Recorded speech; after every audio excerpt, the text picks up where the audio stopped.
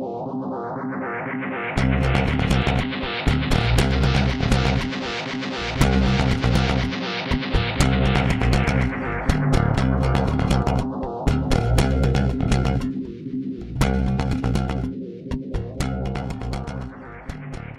we're going to learn how to fully rebuild our 02 to 06 Honda CRF 450.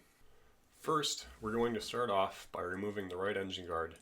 Use a 10mm socket to remove the engine guard bolt. Next, use an 8mm socket to remove the coolant drain bolt while having a catch container at the ready. Remove the radiator cap so the coolant system can fully drain. After the coolant has drained, we will drain the engine and transmission oil. Grab a catch pan and use a 12mm socket to remove the transmission oil drain bolt. Next, remove the engine oil drain bolt using a 12mm socket and drain the engine oil.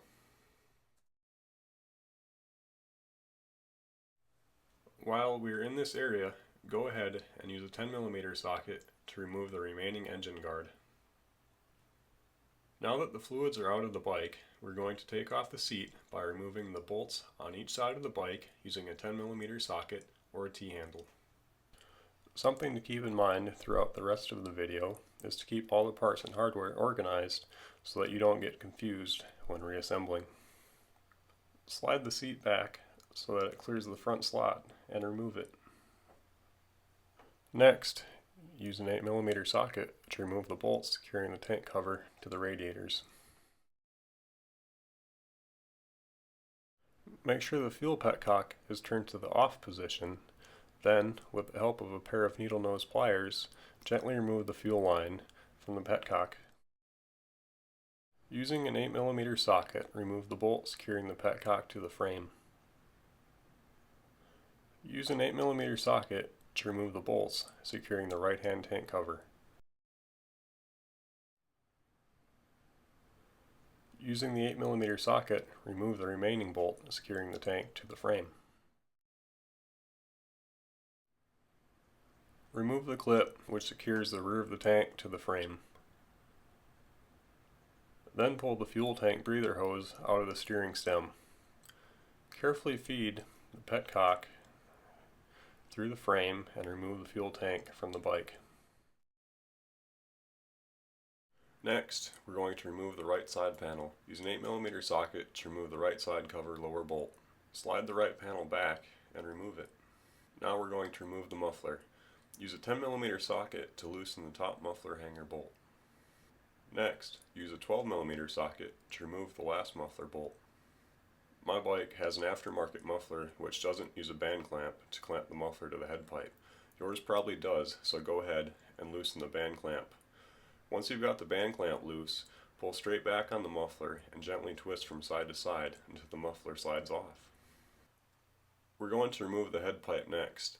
The head pipe nuts can be tricky, so you may need to experiment and use a combination of extensions, socket lengths, or a U-joint drive to help loosen them if you don't have a nice T-handle. Once you've got the nuts off, pull the flange back off the studs and remove the head pipe. Don't forget to remove the gasket too. Next on the list of items to remove is the rear subframe. Start by using a 12mm socket to loosen the lower right subframe bolt. Transition to the left side of the bike and use a Phillips screwdriver to loosen the hose clamp securing the airbox boot to the carburetor. Disconnect the breather hose from the airbox.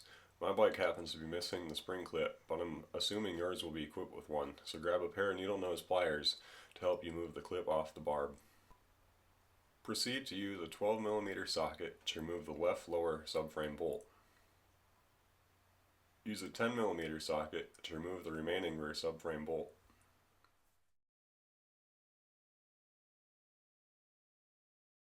Rest firmly on the rear subframe and pull straight back until the airbox boot is no longer secured to the carburetor. Keep your eye out for the airbox hose clamp as it has a tendency to come off as you remove the rear subframe. Disconnect the TPS sensor plug. Look carefully where my fingers are on my left hand and notice my left thumb pushing down on the catch tab as I pull the plugs apart. Once again, my spring clip is missing on my breather hose, but I suspect your bike will have a spring clip here. Use a pair of needle nose pliers to help you pull the clip off the barb. Tuck the hose out of the way. I secured my stator wires to my fuel line with a zip tie. You might not have this, but if you do, use the appropriate tool to unsecure the wires. Push the fuel line through the guide on the frame and rotate the tube out of the way. Use a Phillips screwdriver to loosen the hose clamp securing the carburetor to the cylinder head. Pull straight back on the carburetor until it dislodges from the intake manifold. Once the carburetor is free, watch carefully as I slide the carb to the side and up so that I can gain easy access to the throttle and hot start cables. Be gentle and take your time as you bring the carb up. As you tilt the carb, some fuel may want to drain out, so have a catch pan at the ready. Use a small flathead screwdriver to slide the hot start boot back from the cable. My hot start plastic fitting stripped a long time ago, so I machined one from aluminum and will use a pair of vice grips to loosen it. If you still have the plastic fitting, grab the appropriate size open end wrench or carefully use a pair of pliers to loosen it. Once loose, remove the hot start cable from the carburetor and tuck it out of the way. Turn the carburetor over onto its other side. We're now going to remove the Allen head bolt securing the cable cover to the carburetor. Use a 4mm Allen wrench to loosen the bolt. Remove the cover by pulling it straight up and away from the carb. Now we need to remove the throttle cables. Use a 10mm open-end wrench to loosen the first cable. Loosen it just enough so that you can slide the cable end out of the slot. Rotate the cable around so that the cable aligns with the notch in the wheel and pull the ball out. Loosen the second cable with the 10mm wrench until the cable end clears the slot in the carburetor. Once out, rotate the cable until it aligns with the slot in the cable wheel and pull the ball end out. Now that the carburetor is free, we can set it aside.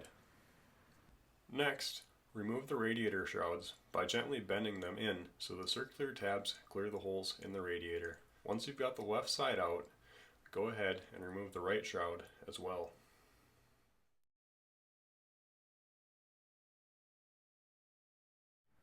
Use a Phillips screwdriver to loosen the hose clamp securing the radiator hose to the top of the right radiator. Proceed to loosen the hose clamp at the bottom of the right radiator. Use your screwdriver to loosen the hose clamp securing the coolant hose to the water pump outlet. Pull the coolant hose off the water pump outlet. Then, pull the coolant hose off the lower right radiator fitting. Finally, pull the coolant hose from the top right radiator fitting. Use a Phillips screwdriver to loosen the clamp securing the radiator overflow tube.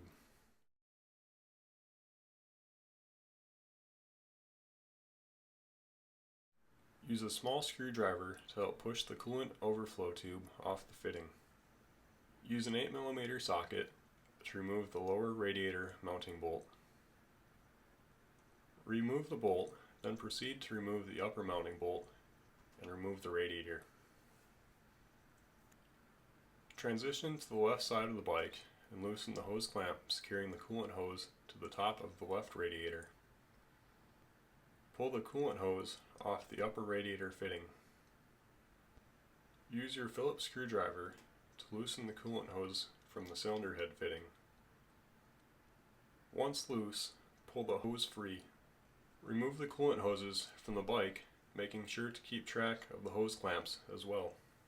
Loosen the remaining hose clamp on the lower left radiator fitting using a Phillips screwdriver. Use an 8mm socket to remove the lower left radiator mounting bolt. Remove the bolt, then proceed to remove the upper mounting bolt.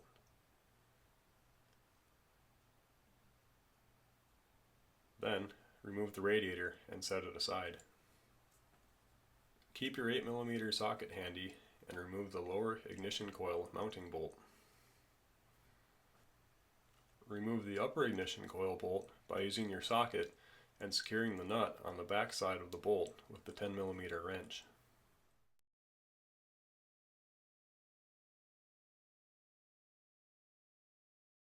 Gently pull the plug cap out of the spark plug hole and remove the black wire connected to the ignition coil. Depress the rear brake and use a 12mm socket with a braking bar to loosen the front sprocket bolt. Once loose, untighten the rest of the way and remove the bolt and washer. Pull the front sprocket off the output shaft. Then, carefully work the chain off the sprocket and remove the sprocket.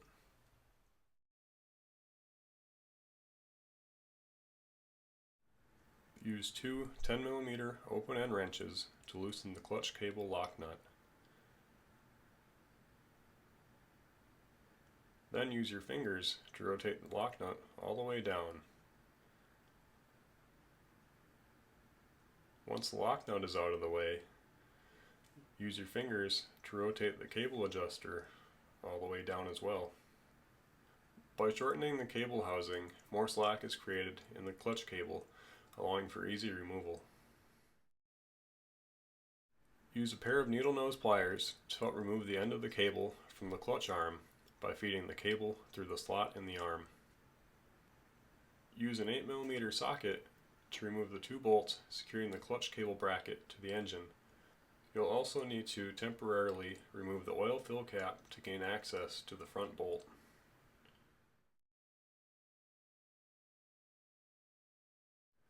Remove the cable from the clip and let it sit to the side. Reinstall the oil fill cap. Use an 8mm socket to remove the pinch bolt clamping the shift lever to the shaft.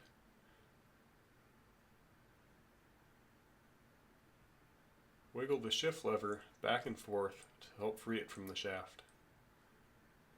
Temporarily reinstall the transmission drain bolt using a 12mm socket. Then reinstall the engine oil drain bolt. Reinstalling the drain bolts will prevent any remaining oil from making a mess when we remove the engine from the frame. Move back to the right side of the bike and remove the trio of coolant hoses.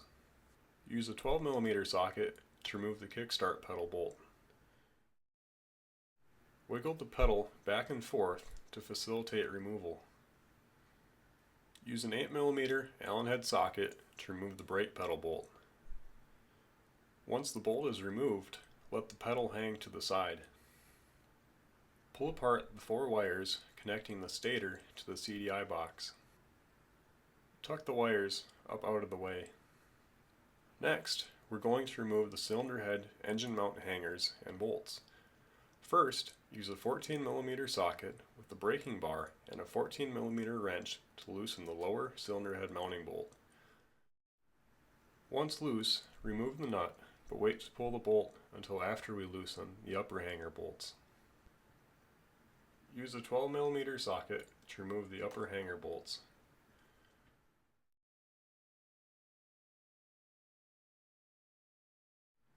Remove the lower bolt at this time. Don't forget to grab the 2 spacers as you slide the bolt out.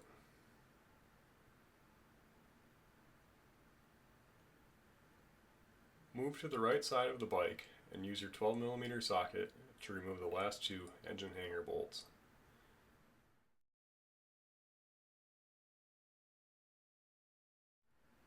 Next, we will remove the front engine mount bolts. Start by using a 14mm wrench, 14mm socket, and breaker bar to loosen the front engine mount bolt.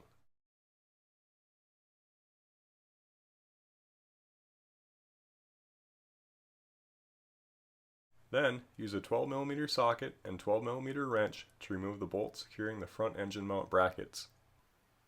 Finally, loosen the lower mounting bolt. Then, remove both brackets.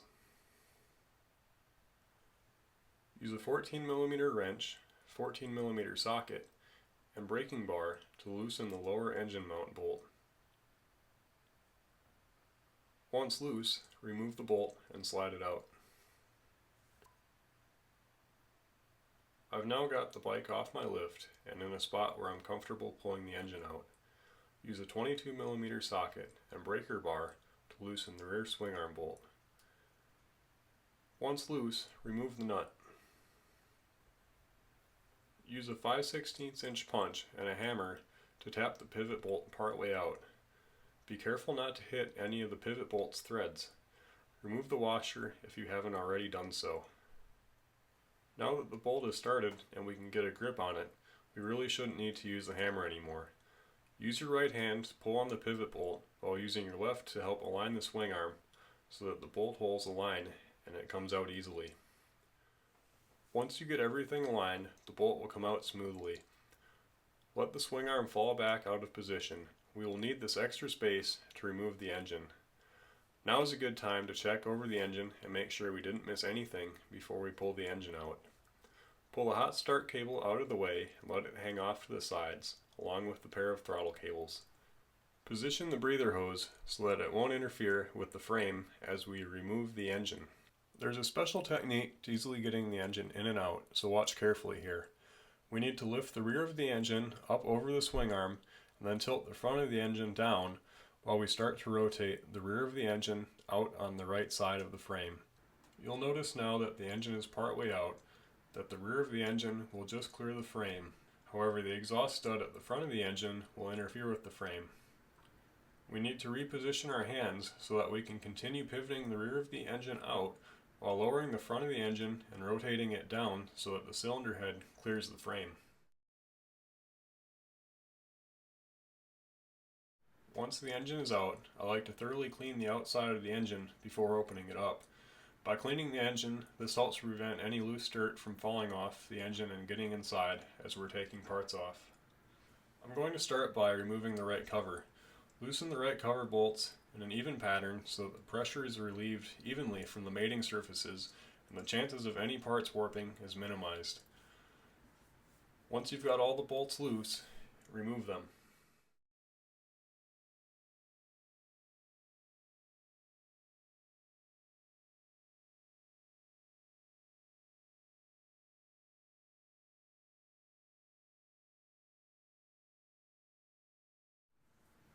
Grasp the cover near the water pump and kickstart and gently wiggle it back and forth to free it from the gasket. Once free, pull the cover straight back so that the cover doesn't bind in the dowel pinholes or on the kickstart shaft. Try to keep the gasket intact and to either the crankcase side or the cover side as you remove it. Be sure to grab your water pipe and O-ring from either your crankcase or right cover and set it aside. Use a penny to lock up the clutch and primary gear so that the clutch plates can be removed. Use a 10mm socket to loosen the clutch spring bolts in an even crisscross pattern. Using the crisscross pattern will relieve pressure evenly. Once loose, remove your clutch springs and bolts, then set them aside.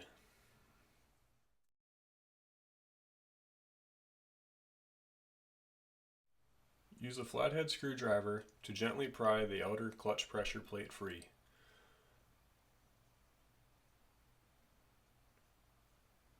Grab the washer from the pressure plate if it's stuck to the inside. Remove the bearing, collar, and push rod from the inside of the primary shaft. Use a hammer and a flathead screwdriver to pound the lock washer tabs away from the clutch nut.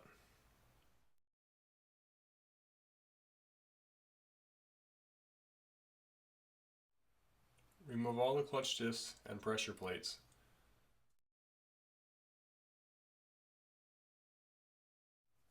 Secure the clutch hub in place using a pair of clutch hub pliers. Use a 27mm socket and braking bar to loosen the clutch nut. Remove the clutch nut and lock washer.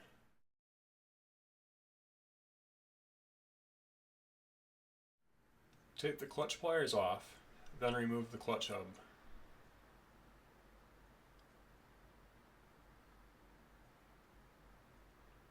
There will be a washer between the clutch hub and clutch basket, so make sure you grab that too. Next, remove the clutch basket, the bearing,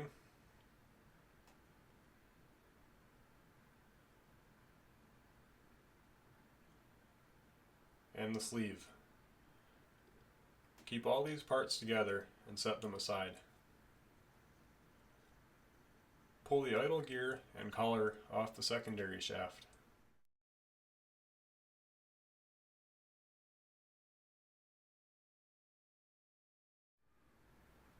Pull out the kickstart spring from the crankcase.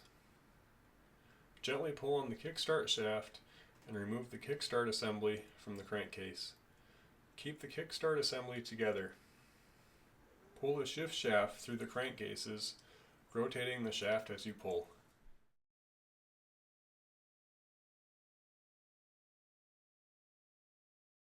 Don't forget to grab the washer if it didn't come out with the shaft.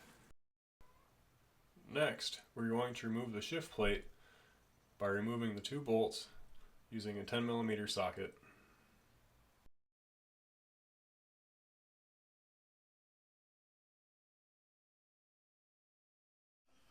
Remove these two parts together so the pawls, springs, and plunger don't come flying out. If you happen to slip up and they come out, it's not the end of the world. They go back together easily. Use a 12mm socket to remove the shift drum bolt. Then remove the drum center. Be sure to keep track of the dowel pin that goes between the drum center and shift drum. Clean up any remaining oil in the right side crankcase that you can get at so less of a mess is made when you start working on the left side. Spin the engine around. Then loosen the stator cover bolts in an even pattern using an 8mm socket.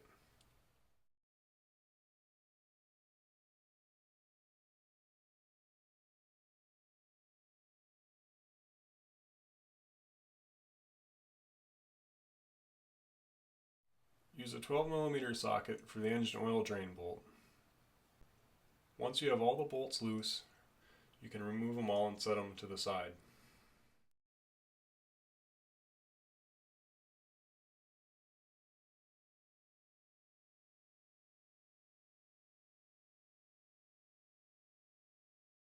Sometimes the stator cover will start to come off if you pull firmly and evenly on it. If not, use a 1/4-inch punch and hammer to lightly tap on the designated tab to break the cover free. Once free, pull the cover off firmly to overcome the magnetic pull of the flywheel. Use a pair of needle nose pliers to remove the stator cover dowel pins if they didn't come out with the cover. Use a strap wrench to secure the flywheel. I like to align the end of the strap wrench with the raised timing mark on the outside of the flywheel to help the wrench grip. If you're having trouble maintaining tension and bite on the flywheel, here are a couple other strap wrench variations that might help. The first variation is commonly used on thin-walled tubing, and the second variation is more commonly used on very thick tubing. Start with the first if you're having trouble and work from there.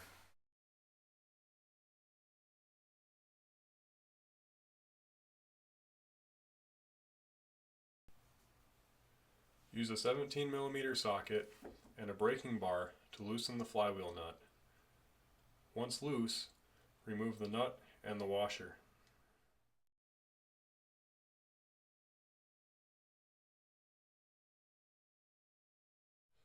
Use a flywheel puller to remove the flywheel. You'll notice the oil jet at the end of the crankshaft. Your flywheel puller should have a special end on it to avoid damaging the oil jet.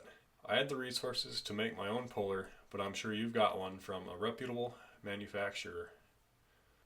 Thread your flywheel puller into the flywheel. My setup is a little different since I didn't machine flats into my puller. Hold the puller in place with your wrench and tighten down the puller shaft until the flywheel pops off. Carefully pull the flywheel straight off the crankshaft. Use a flathead screwdriver to pry the key out of the keyway on the crankshaft. Next, I'm going to remove the cylinder head cover by using a 10mm socket to remove the 3 cylinder head cover bolts.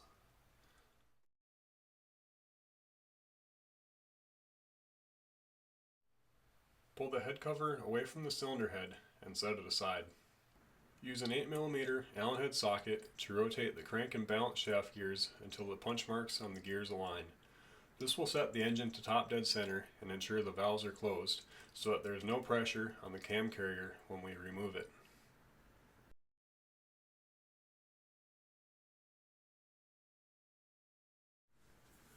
Use a Phillips bit socket or screwdriver to remove the cam chain tensioner cap screw. Next, you'll want to use your do-it-yourself cam chain tensioner tool. Feel free to pause the video and reference this frame, or use the provided instructions in your download to create your own cam chain tensioner tool. Using your cam chain tensioner stopper tool, turn the tool clockwise to take the tension off the cam chain. The DIY tool can easily slip out of the slot, so I like to use a pair of pliers to help keep it positioned as I twist. Once you can no longer turn the tensioner in any further with the tool, push the tool forward into the slot so that it stays in place.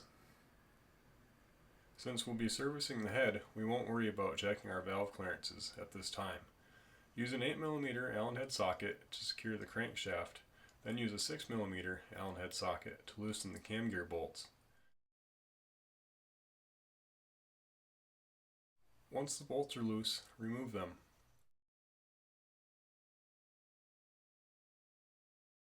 Then, lower the cam gear down into the cylinder head and pull the chain off the gear. Don't worry about retaining the cam chain. Use a 10mm socket to loosen the 4 cam carrier bolts in an even crisscross pattern. Again, the even crisscross pattern will help relieve the pressure on the cam carrier, reducing any chances of warping. The cam carrier is located to the head with a pair of dowel pins. Gently lift straight up on the carrier and wiggle it from front to back if it doesn't pull up right away. Be careful not to apply too much lateral force as you pull up, because this will lighten the chances of the dowel pin holes enlarging, making the fit more sloppy the next time around. As you remove the cam carrier, check to see if either of the lifter buckets or shims have come out with the carrier. Use a pen magnet to pull each shim away from its keeper. Use a pair of vernier calipers or 0 to 1 inch micrometer to measure the thickness of each shim. Record your measurements on the worksheet provided in your download. Continue to remove, measure, and label on your diagram the thickness and location of each shim. Set your diagram with your shim measurements, shims, and buckets aside until we need them for reassembling the top end of the engine. Next, use an 8mm socket to remove the 2 exterior cylinder head bolts.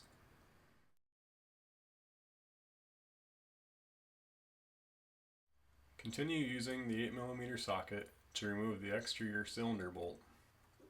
Use a 14mm socket and a breaker bar to loosen the cylinder head nuts evenly in a crisscross pattern. Using a crisscross pattern will relieve pressure on the cylinder head and cylinder mating surfaces in a gradual, even way, reducing the chances of the head warping. Once all the pressure is off the nuts, go ahead and fully loosen them. I find it easiest to use a pen magnet to grab the nuts and washers once they're loose. Grasp the cylinder head at the front and rear and gently pull up on the head. The head has 2 dowel pins aligning it with the cylinder, so it will need to be pulled straight up. You may need to wiggle the head back and forth a little bit to help free it up. I've got a dowel pin that is sticking, making my head difficult to remove. Be sure to grab the dowel pins after you remove the head. If you're having trouble removing the pins, use a pair of needle nose pliers to gently pull them out. Unfortunately, as you can see, my pin is stuck pretty good, so I'll have to deal with it later. Go ahead and remove the head gasket next. Pull up and remove the front cam chain guide.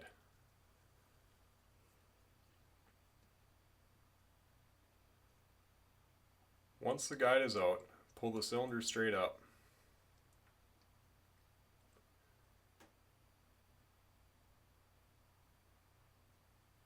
Then, position one of your hands underneath the cylinder so that you can catch the piston assembly as it becomes free.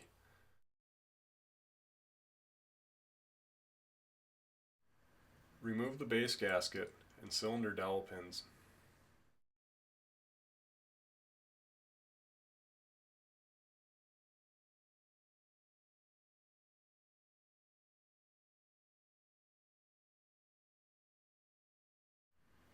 Now we're going to remove the right hand piston pin circlip.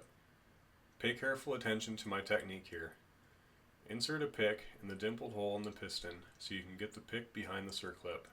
At the same time, use the middle finger on your left hand to push against the piston pin so that the clip can't work its way back into the piston bore.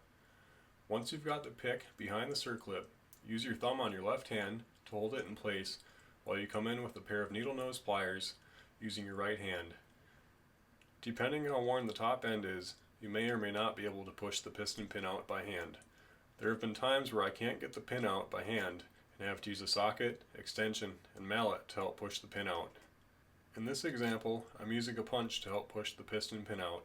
However, you could also use a socket and an extension to help push it through.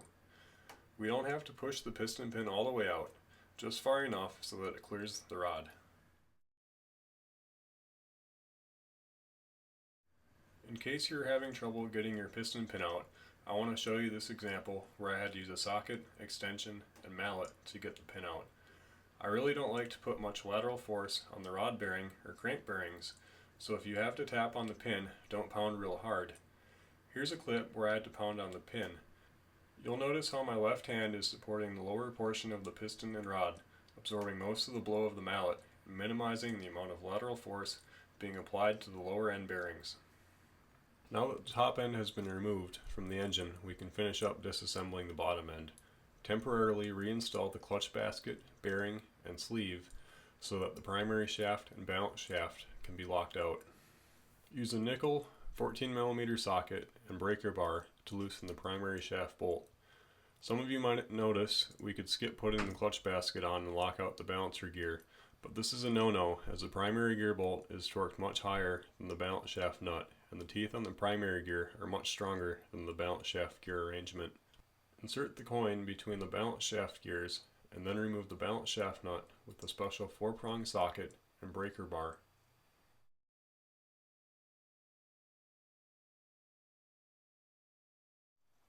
Remove the clutch basket, bearing, and sleeve and set them aside. Remove the primary gear bolt. Then remove the balance shaft nut, washer, and counterbalance. Next, remove the balance shaft gear. Remove the primary gear and crankshaft balance gear. Rotate the engine around so that you have access to the left side. We're going to remove the balance shaft next. The balance shaft won't come out when the counterweight is down because the shaft will catch on the oil pump. Rotate the counterweight 90 degrees so that it is facing the front of the engine. Then pull the shaft out.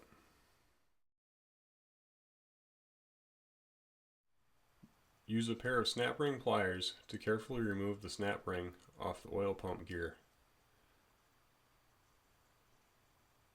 Once the snap ring is off, pull the oil pump gear off the shaft, being careful to retain the pin as you take the gear off.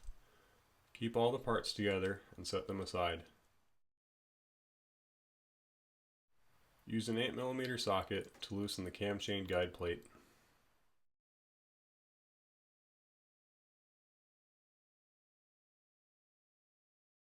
Continue using the 8mm socket to remove the oil pipe retaining bracket.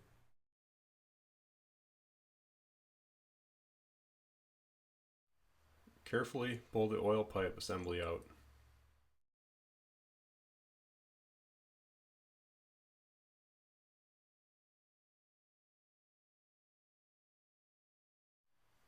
Use a 10mm socket to remove the cam chain guide bolt.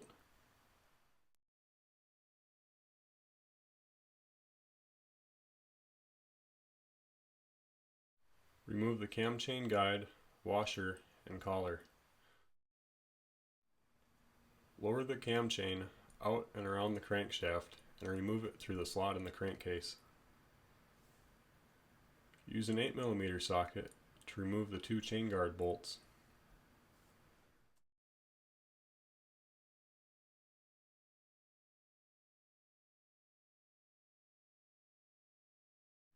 Continue using the 8mm socket to remove the clutch arm retainer plate. Pull the clutch arm out of the crankcase. Loosen all the crankcase bolts using an 8mm socket in an even crisscross pattern to evenly relieve pressure on the crankcase mating surfaces.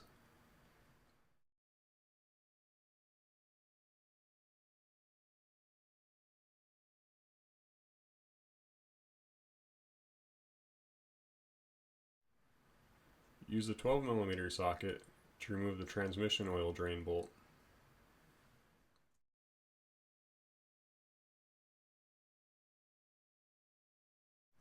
Once all the bolts are loose, finish unscrewing them and take them out. Don't forget to grab the 3 copper washers that are on 3 of the crankcase bolts. I know the bolts are different lengths, but don't worry too much about keeping track of the lengths right now. Just keep them together. I'll show you where they all go when we reinstall them.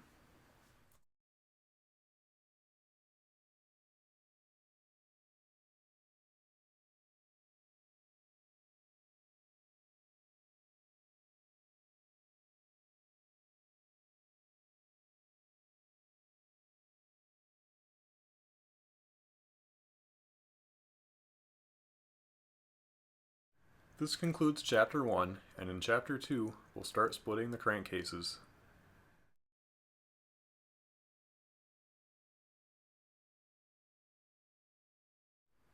The procedure for splitting the cases is pretty straightforward. Use a plastic hammer or rubber mallet to tap all around the crankcases with the goal of creating an even seam between the case halves. Only tap on solid, sturdy parts of the cases. The cases are located with 2 dowel pins, and it is important that the cases are separated evenly, otherwise the dowel pins will bind along with the gearbox shafts. I'm working on a set of cases where the front crankcase dowel pin has gotten moisture in it and is rusted, making it extremely difficult to separate the cases.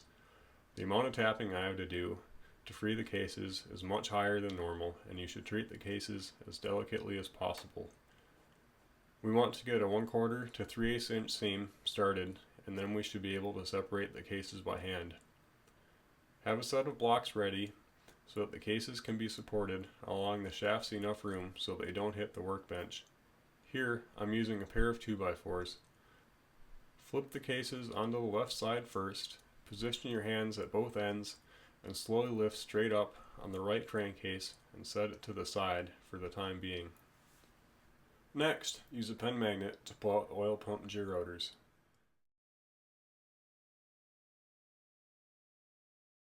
Then, pull out the oil pump shaft. Use your fingers to carefully pull out the crankcase oil reed valve. To get the remaining components out, we need to flip the internals into the other crankcase, so carefully lower the right case back down onto the left case. Set the case down evenly so that the dowel pins and shafts align.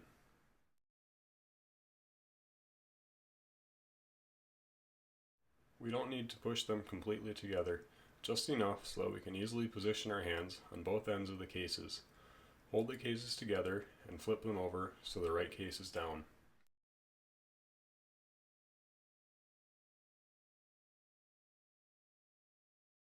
Once the right case is down, carefully pull up on the left case. Check for any washers that may have come along for the ride and put them back on their respective shafts.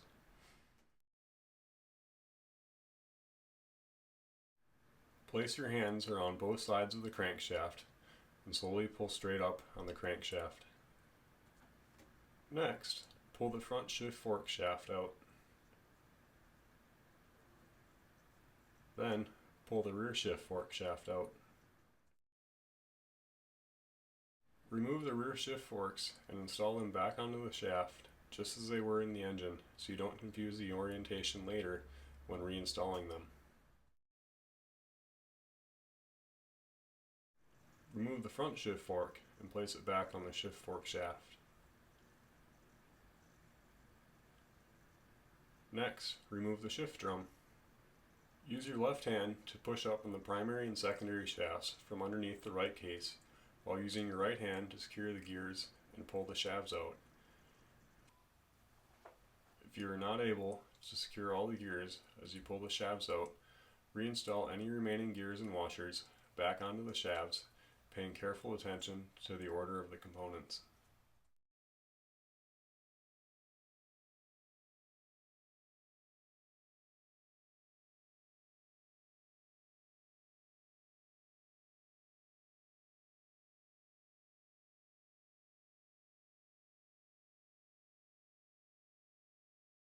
Now that all the components are out of the crankcases, we'll disassemble them so we can replace all the bearings.